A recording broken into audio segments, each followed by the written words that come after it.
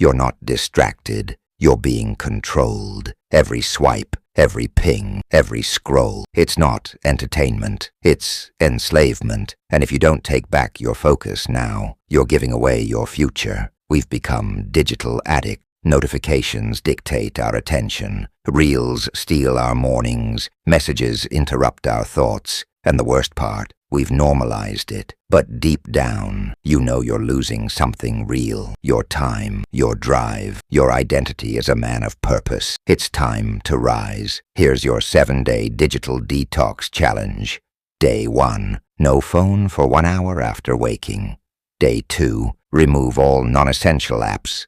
Day 3, replace 30 minutes of screen time with reading. Day 4, silence all notifications. Day 5, go on a 1-hour walk without your phone. Day 6, practice 15 minutes of stillness or journaling.